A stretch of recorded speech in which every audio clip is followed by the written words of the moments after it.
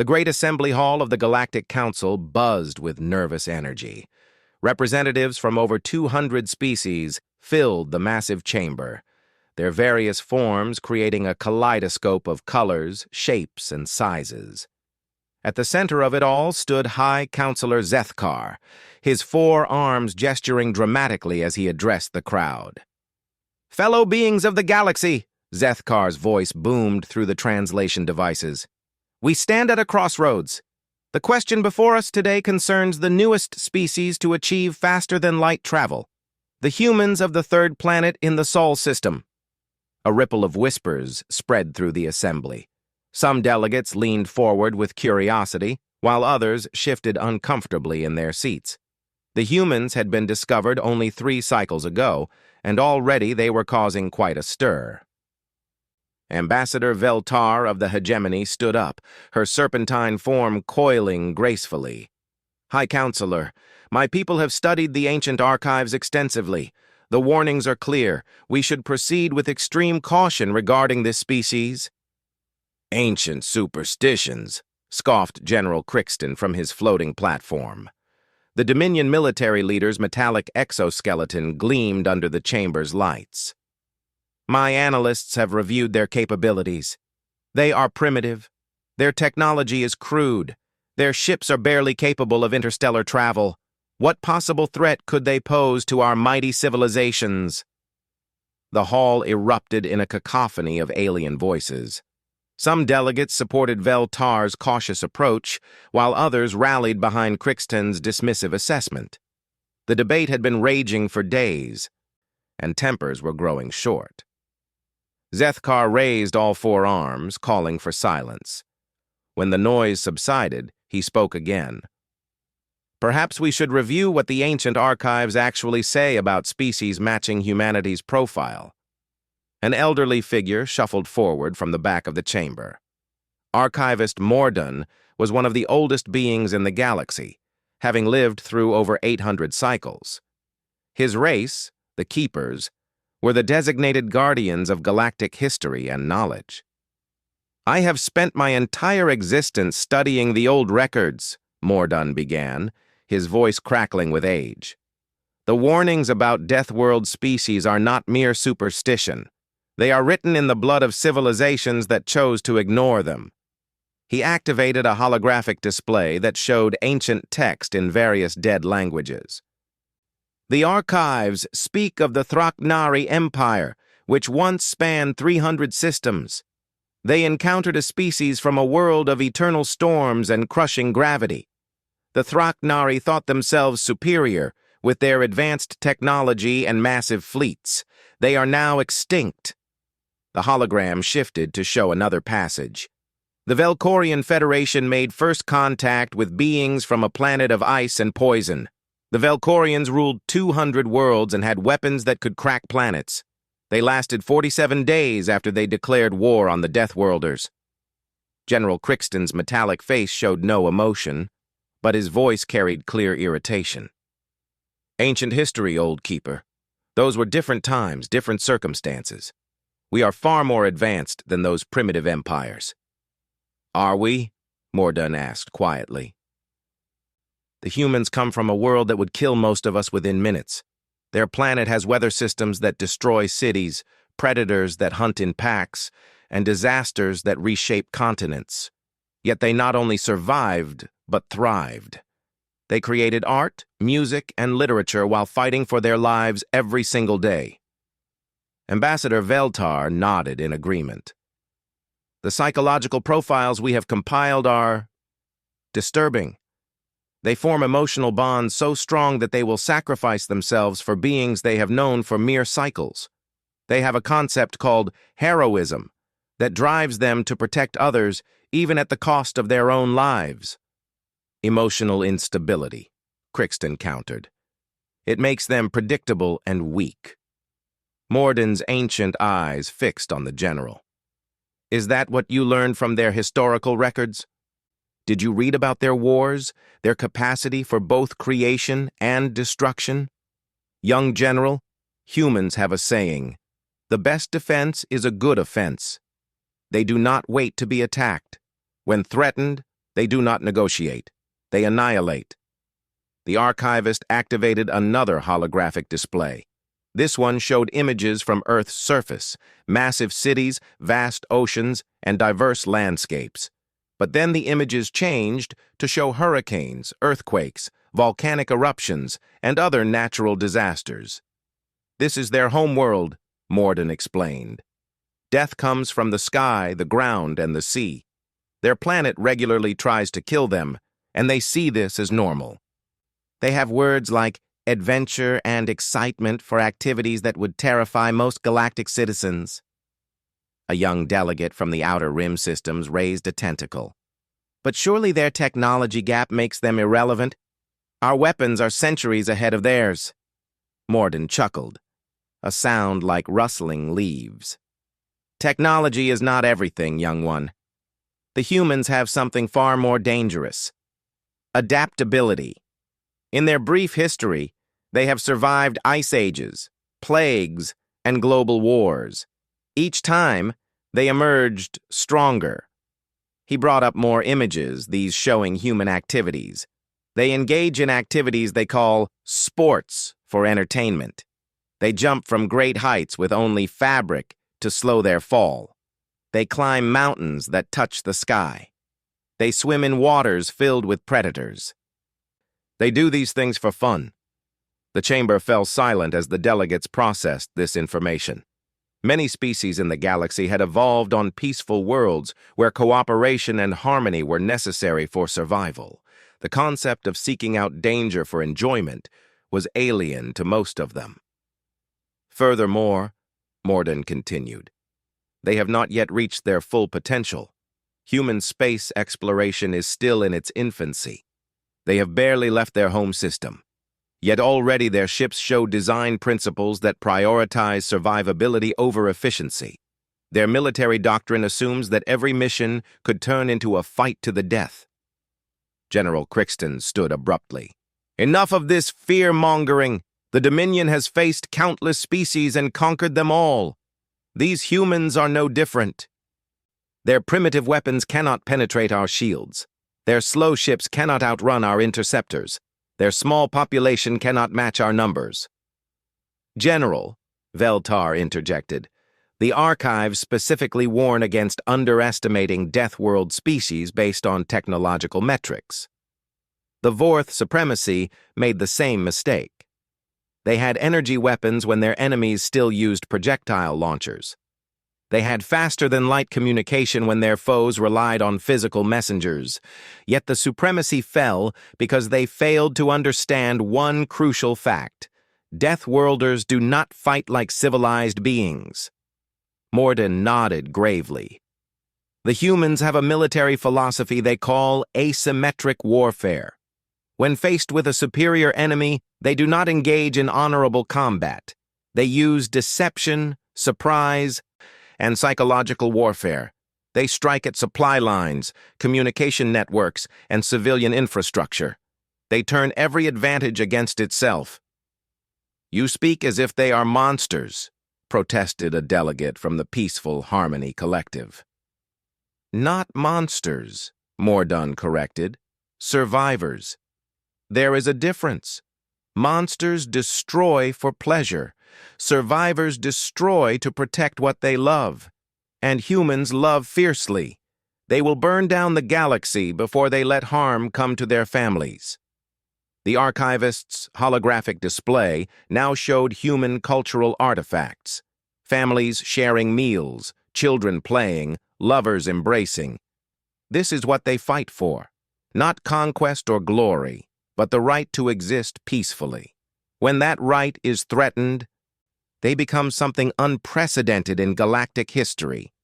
General Crixton's patience had clearly run out. I have heard enough of these fairy tales. The Dominion fleet is assembled and ready. We will demonstrate the futility of defying our rule. The humans will surrender or face extinction. There are no other options. General, please reconsider, Veltar pleaded. The archives contain one more warning about Death World species.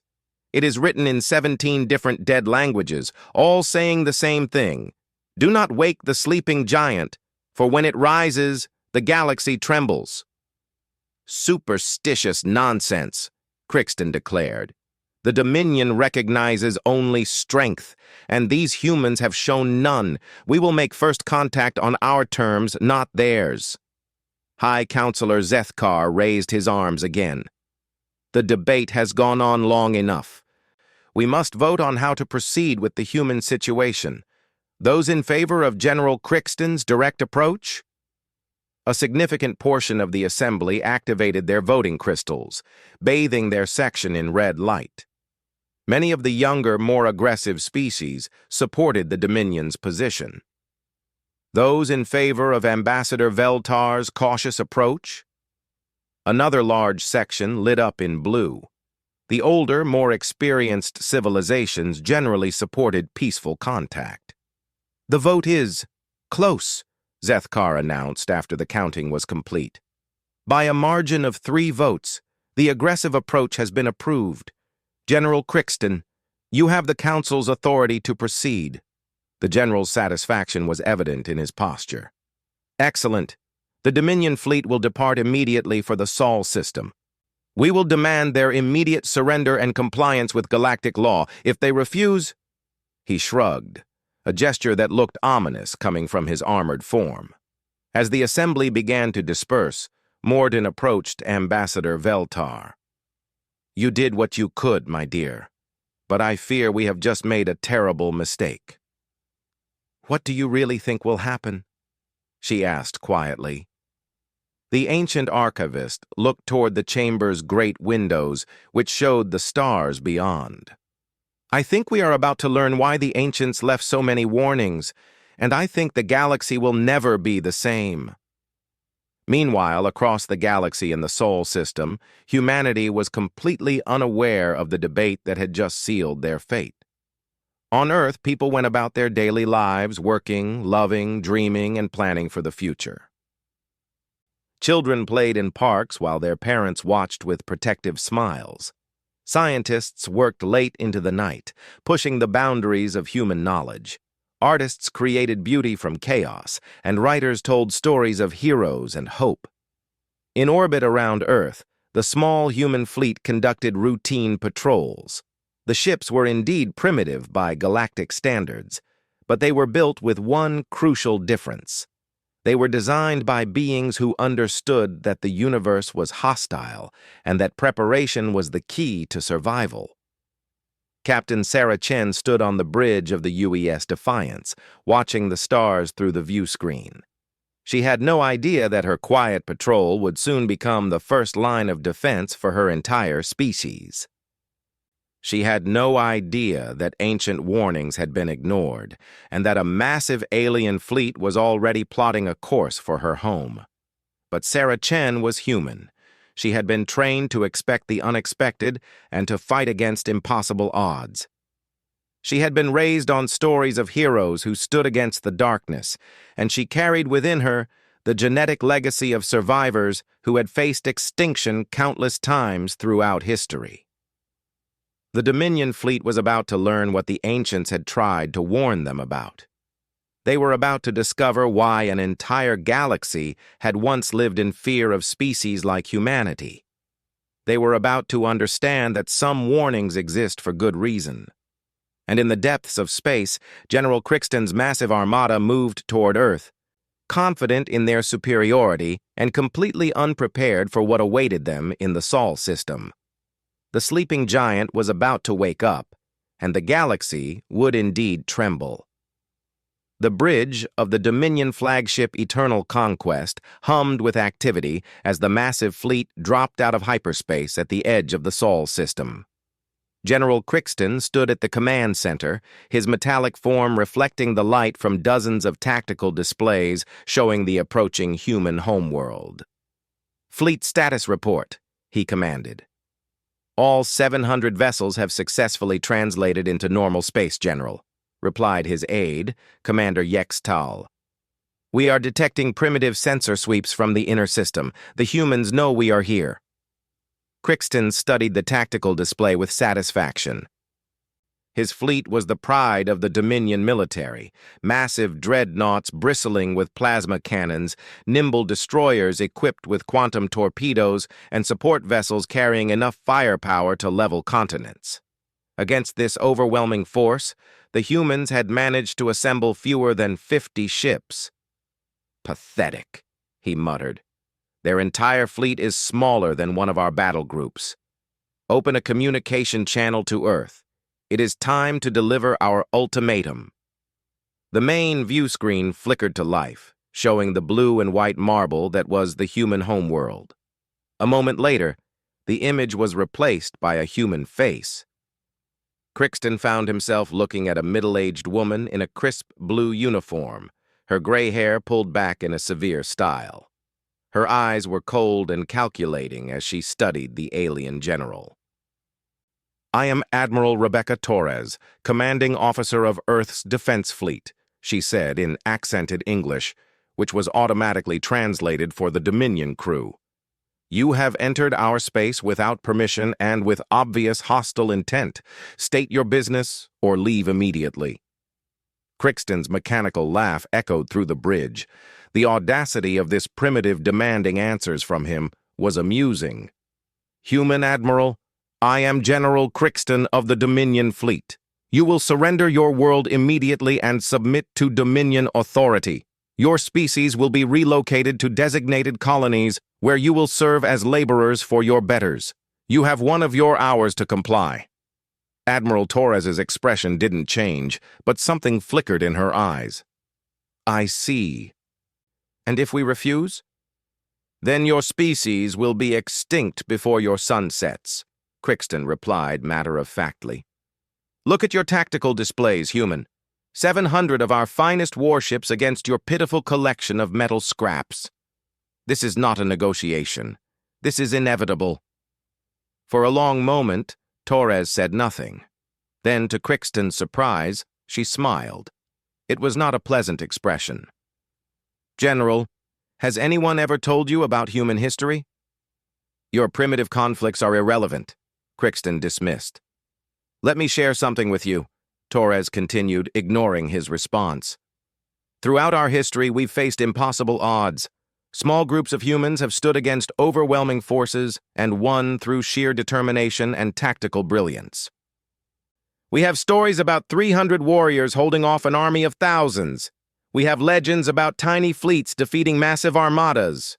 Would you like to know what they all have in common?" Crixton was beginning to find the human's confidence irritating. "Enlighten me."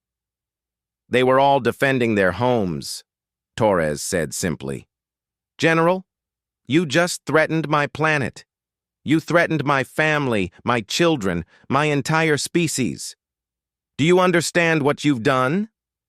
Before Crixton could respond, his tactical officer called out urgently, "General, the human ships are moving. They're advancing toward us." On the tactical display, the 50 human vessels had broken orbit around Earth and were accelerating directly toward the Dominion fleet. Their formation was tight and disciplined. But what struck Crixton as odd was their approach vector.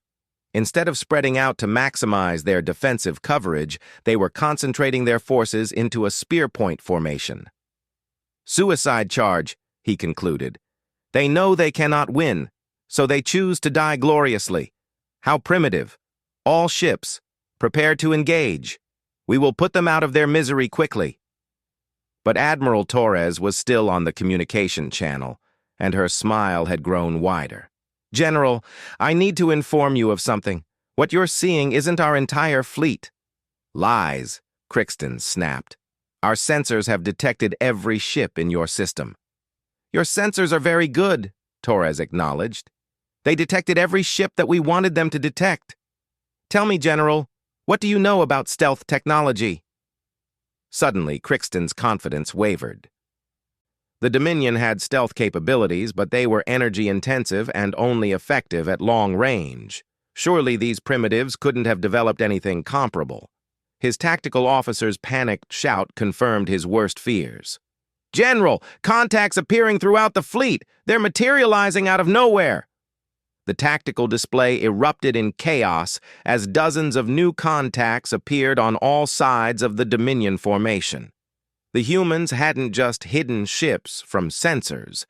They had somehow positioned them throughout Dominion space without being detected. "Impossible!" Crixton roared. "How did they get so close?" Admiral Torres's image on the view screen was replaced by a tactical overview from the human side. What Crixton saw made his blood run cold. The human stealth technology wasn't energy-based at all. Instead, they had used what appeared to be debris fields, asteroid clusters, and even the shadows of planets to conceal their vessels. They had turned the Sol system itself into a massive ambush. "You see, General," Torres' voice continued over the tactical display, "we've been preparing for this day since we first detected your scout ships 3 months ago. We knew someone would eventually come calling, and we knew they probably wouldn't be friendly. So we prepared." The Dominion fleet was now surrounded by over 200 human vessels, many of them larger and more heavily armed than the ships they had initially detected. But more disturbing than their numbers was their positioning. Every Dominion ship found itself targeted by at least 3 human vessels, and the humans had somehow achieved perfect tactical positioning without being noticed. "Open fire!" Crixton commanded. "All ships, engage immediately!" The space around Earth erupted in light and fury as the two fleets clashed. Dominion plasma cannons lanced out toward human ships, their brilliant beams lighting up the darkness. But to Crixton's horror, the human vessels didn't try to dodge or deploy defensive shields. Instead, they absorbed the hits and kept coming. "Damage report on the human fleet," he demanded. "Sir," his tactical officer replied with confusion in his voice, "they're not taking significant damage. Their hulls appear to be different than our projections indicated." On the main screen, Crixton watched in disbelief as human ships weathered direct hits from weapons that should have vaporized them. Their hulls seemed to be composed of some kind of adaptive armor that redistributed energy rather than simply absorbing it. But the real shock came when the human ships returned fire. Instead of the primitive projectile weapons or basic energy beams that Dominion intelligence had predicted, the human vessels unleashed a devastating barrage of weapons that Crixton didn't even recognize. Some fired streams of superheated plasma that burned through Dominion shields like they weren't there. Others launched projectiles that seemed to phase through armor before exploding inside enemy ships. Still others deployed some kind of nanoscale weapon that began eating away at Dominion hulls on a molecular level. "How is this possible?" Crixton's aide whispered. "Our intelligence said they were primitives." Admiral Torres's voice answered him as if she had heard the question. "General, let me explain something about human innovation. When we're threatened, we don't just build weapons, we build solutions. Your scout ships gave us detailed scans of your technology. We've had 3 months to develop countermeasures." The battle was turning into a nightmare for the Dominion fleet. Human ships darted between the massive alien vessels like predators, striking with precision and vanishing before return fire could target them effectively. Their weapons seemed specifically designed to exploit every weakness in Dominion technology. "Sir," the communications officer called out, "we're receiving surrender demands from multiple human vessels." "Surrender demands?" Crixton couldn't believe what he was hearing.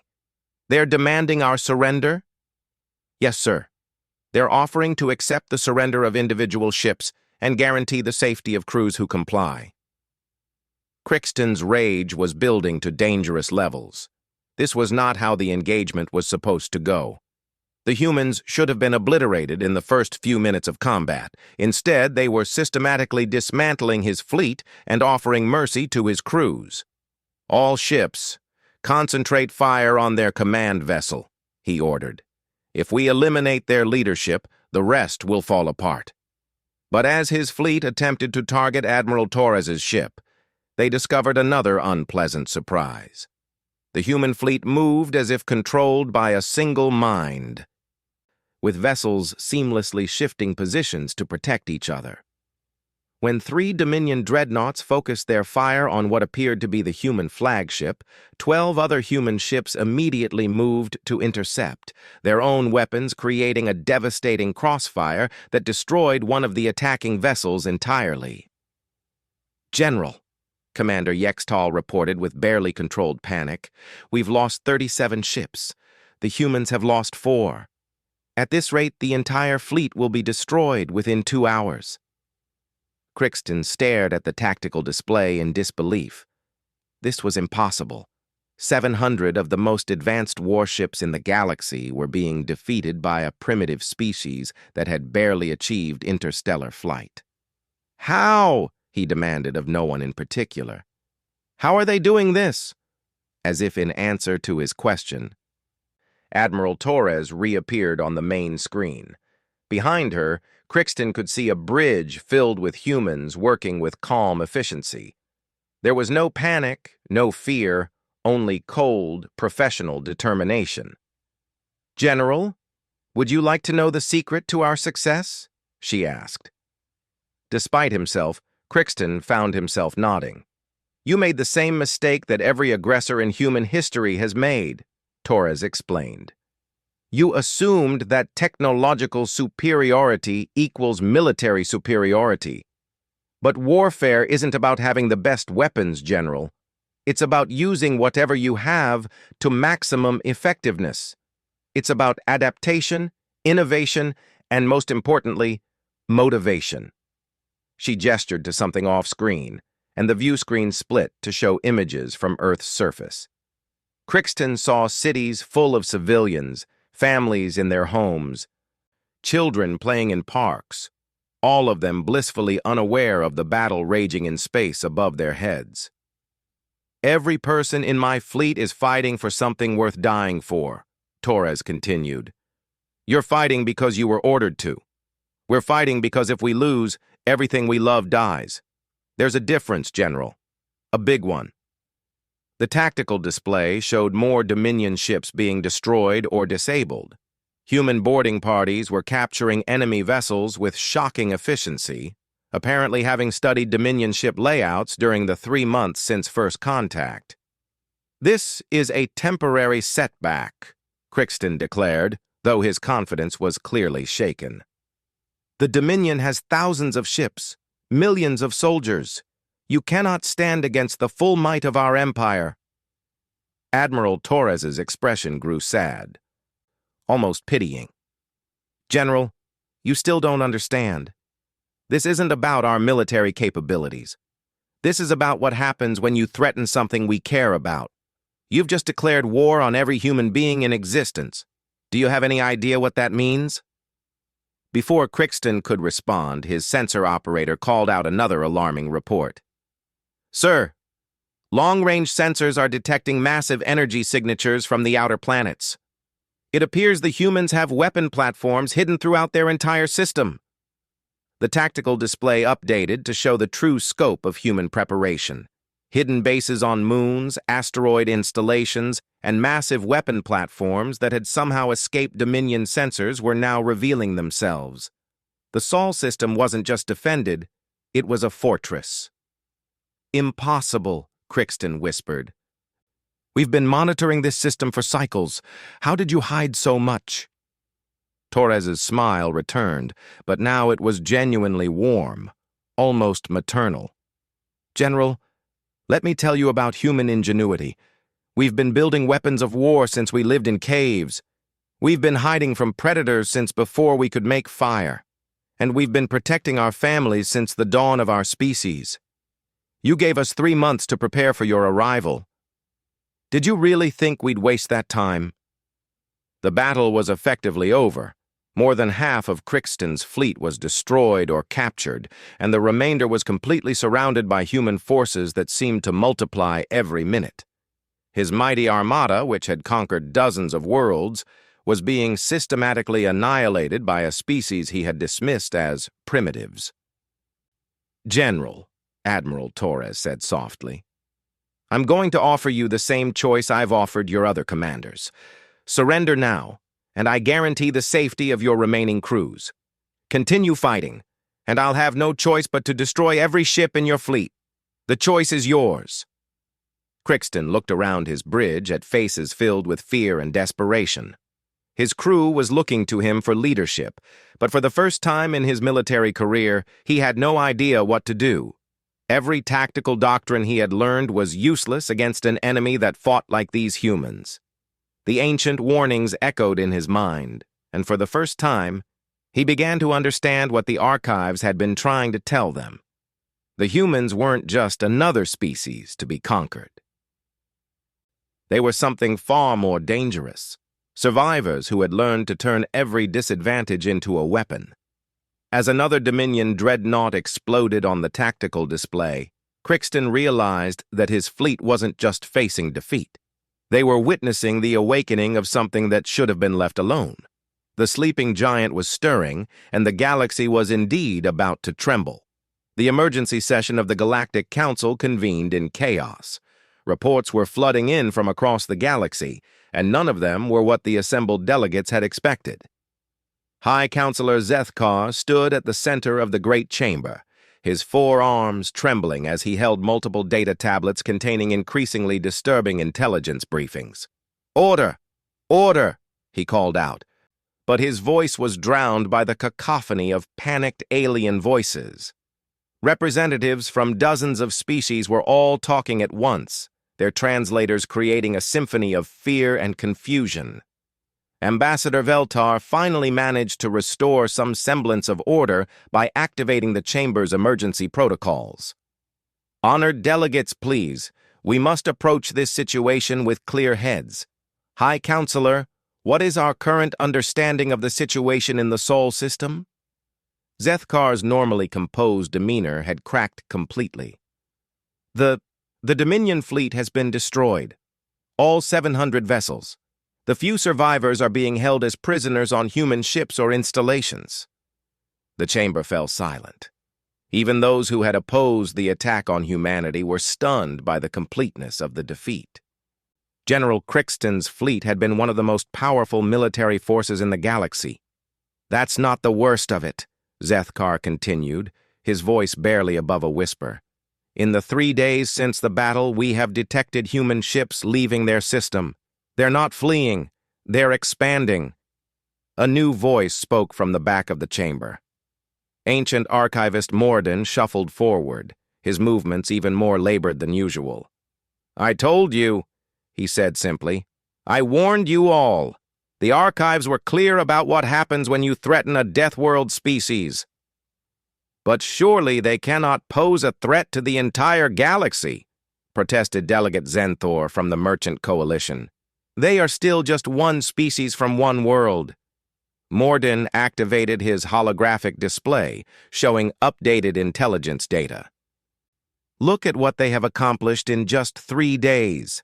Human ships have established forward operating bases in 17 star systems. They are not random systems. They are strategically chosen to control major trade routes and communication networks." The hologram showed a 3-dimensional map of the local galactic arm. Red dots indicating human presence were spreading like an infection, each one positioned to maximize tactical advantage. It was clear that the expansion wasn't random exploration, it was a calculated military deployment. "How is this possible?" demanded Senator Quixelot from the Core Worlds Alliance. "No species can deploy forces across such vast distances so quickly." "They're not deploying forces," Mordun explained grimly. "They're deploying potential. Each human installation is designed for rapid expansion. They're building manufacturing capabilities, communication networks, and defensive positions simultaneously. It's like watching a virus adapt and spread." Admiral Torres's image suddenly appeared on the chamber's main display, causing several delegates to recoil in fear. The human officer looked tired but determined, and her presence in the council chamber without invitation was itself a display of power. "Honored delegates of the Galactic Council," she began, her voice carrying clearly through the translation systems. "I am Admiral Rebecca Torres. speaking on behalf of the United Earth Government. We have monitored your emergency session, and I believe clarification is needed. High Counselor Zethkar found his voice. Admiral Torres, you are addressing the representatives of over 200 worlds. By what right do you speak here? Torres's expression remained neutral, but her eyes were cold. By right of conquest, Counselor. Your assembly voted to authorize the destruction of my species. That vote has consequences. The attack was authorized by only a narrow margin, Veltar interjected. Many of us opposed. With respect, Ambassador, Torres interrupted, your opposition was noted and appreciated, but the fact remains that this body voted to exterminate humanity. We cannot ignore that. She gestured, and the display behind her changed to show tactical data from the Sol System battle. General Crixton's fleet arrived with the explicit intention of enslaving or destroying every human being alive. They threatened our families, our children, our entire civilization. What did you think would happen? Delegate Mortash from the Pacifist Union spoke up.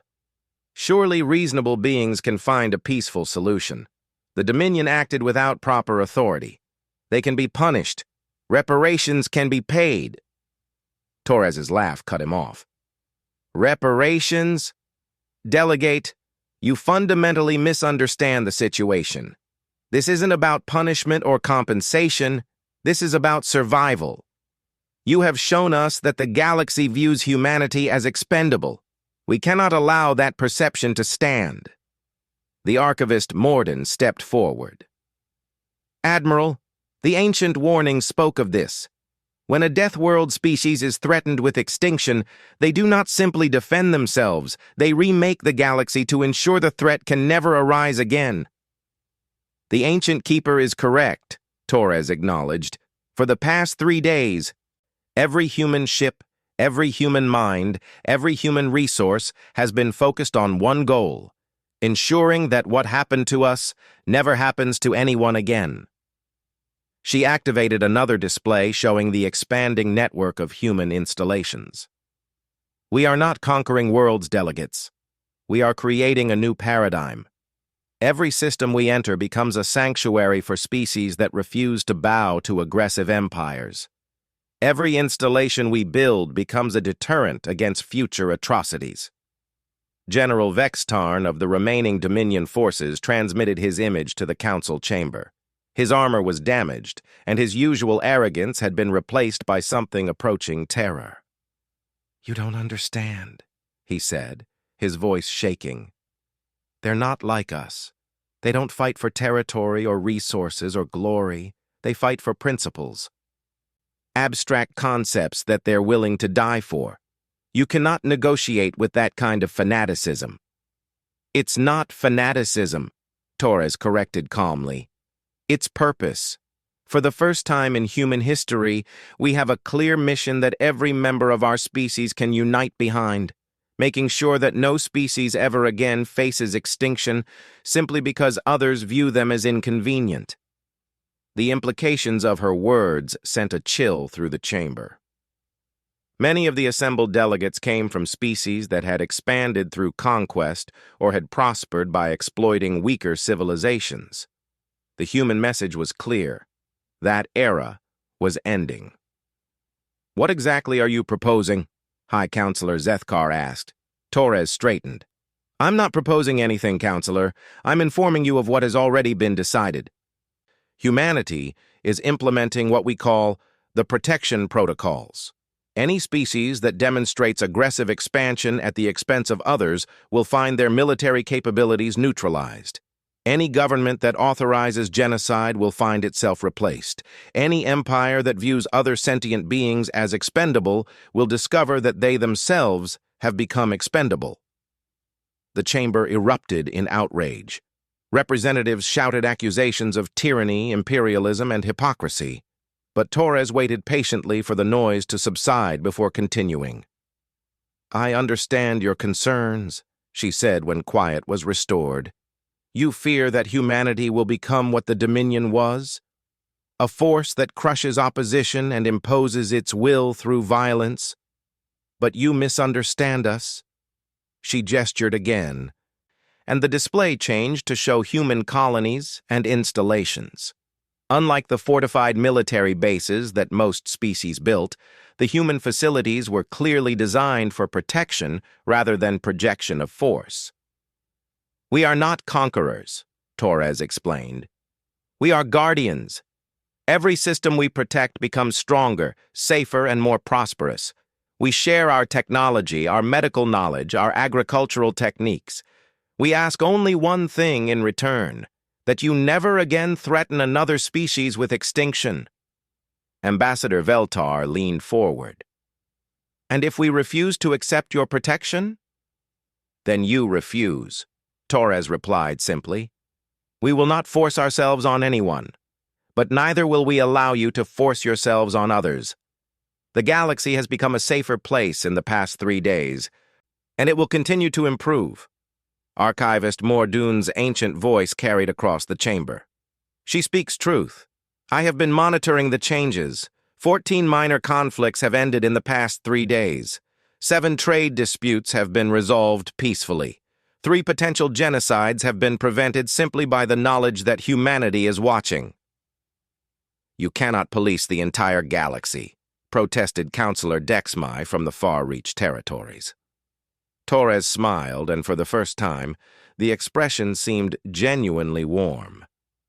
Counselor, you still don't understand what you're dealing with.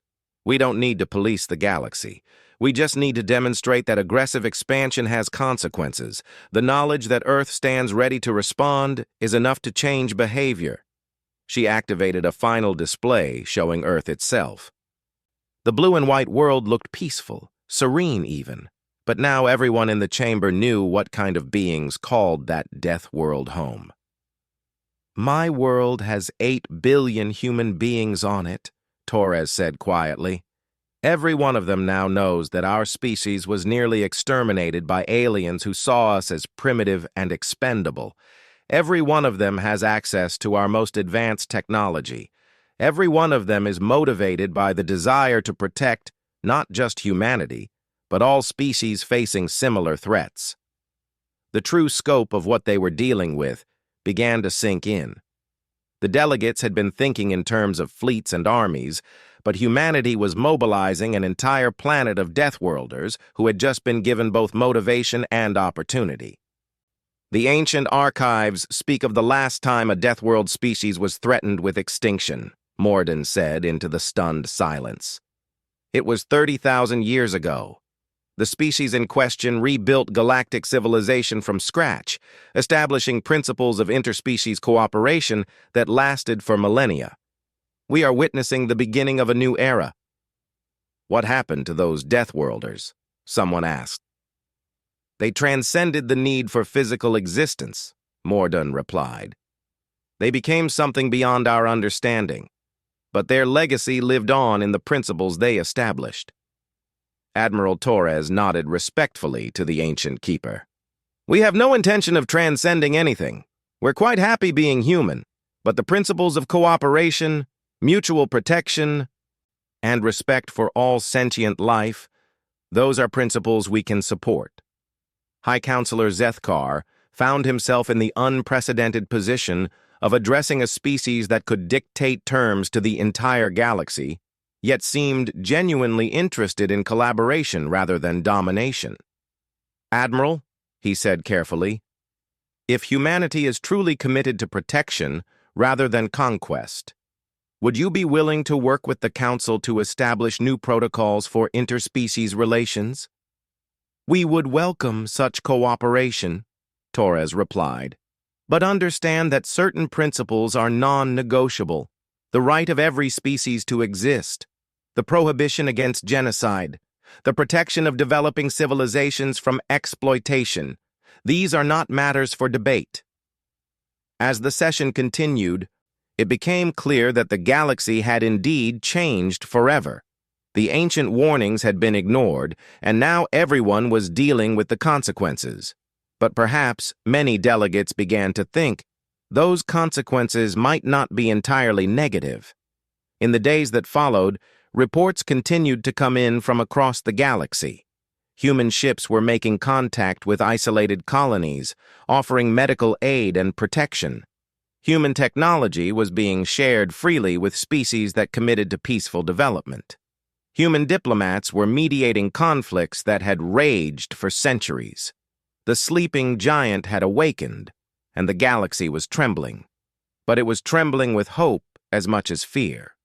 For the first time in galactic history, there was a force powerful enough to enforce peace without demanding submission. And on Earth, in the small apartment where Sarah Chen had grown up, her grandmother sat watching the news coverage of humanity's emergence onto the galactic stage.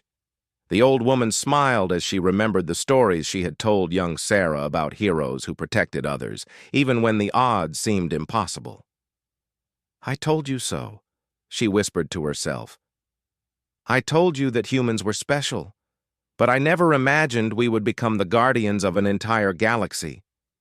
Outside her window, ships were launching toward the stars, not as conquerors, but as protectors. The ancient warnings had been ignored, and humanity had indeed awakened. But perhaps, just perhaps, that awakening would be the best thing that had ever happened to the galaxy. The era of aggressive expansion was ending. The age of protection was beginning. And at the center of it all stood a species from a death world who had decided that the greatest victory was not conquering others, but ensuring that everyone could live in peace. The ancients had cautioned, "Do not rile humanity." Someone had defied that warning. And now the galaxy would never be the same.